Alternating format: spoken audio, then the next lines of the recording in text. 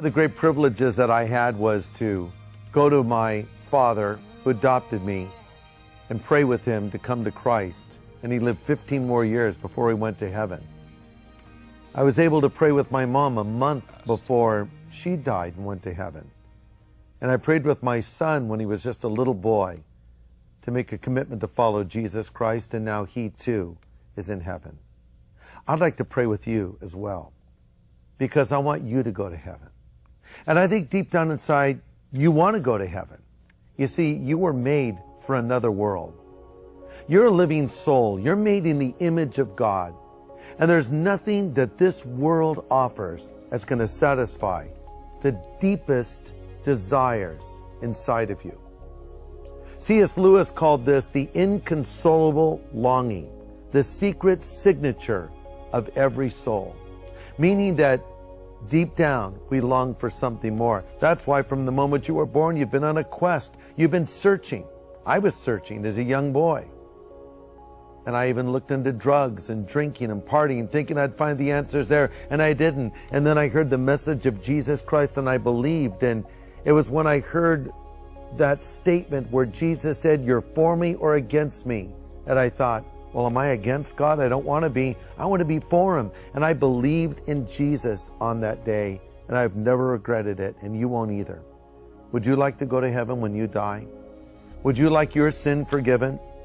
Would you like that void deep inside of you filled? If so, here's just a few things you need to know really quickly. You're a sinner. Now, don't take that personally. We're all sinners.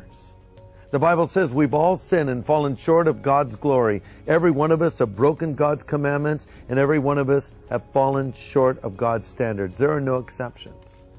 Number two, you need to realize that Jesus Christ, the Son of God, voluntarily went to a cross and died there in your place. He came to pay a debt He did not owe, because you owed a debt you could not pay. And Jesus took hold of a holy God with one hand, an unholy man with the other, and they drove spikes through His hands, and He died for the sin of the world.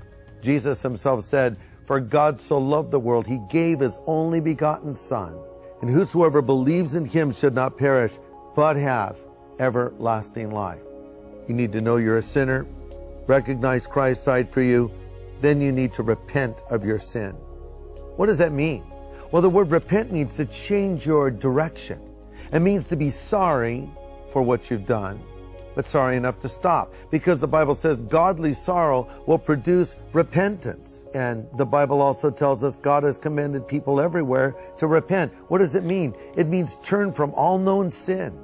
Hang a U-turn on the road of life and start following Jesus Christ. Number four, you must receive Jesus into your life. What does that mean?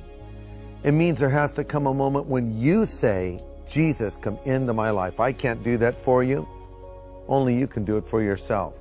The Bible says, "For as many as received Him, He gave them the power to become sons of God." In fact, Jesus Himself says, "Behold, I stand at the door and knock, and if you will hear my voice and open the door, I will come in."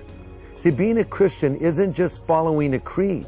It's having Christ Himself live in you. Would you like Christ to come and live in you now? Would you like to be forgiven of your sins? Would you like to find the meaning and purpose of your life? Would you like to go to heaven when you die? If so, would you just pray this prayer with me right now? And this is a prayer where you're asking Jesus to come into your life. Again, pray this prayer right now after me. Let's pray. Lord Jesus, I know that I'm a sinner, but I believe you died on the cross and shed your blood for every sin I have ever committed. I turn now from my sin and choose to follow you from this moment forward. Be my Savior, be my Lord, be my God, and be my friend. Thank you for calling me and loving me and accepting me. In Jesus' name I pray. Amen. If you just prayed that prayer, maybe you felt something just then, like an emotional experience, a deep peace or a great joy, or maybe a sorrow for the wrongs that you've done. Then again, you may be more like I was on the day that I prayed that prayer, and you felt absolutely nothing. Well, listen, this is not about what you felt. This is about what God has done for you. And the Bible says, we write these things to you that you might know that you have eternal life. And if you prayed that prayer and meant it, I want you to know in the authority of God's word, you have eternal life. You will go to heaven when you die. You have made the right decision, the decision to follow Jesus Christ. God bless you.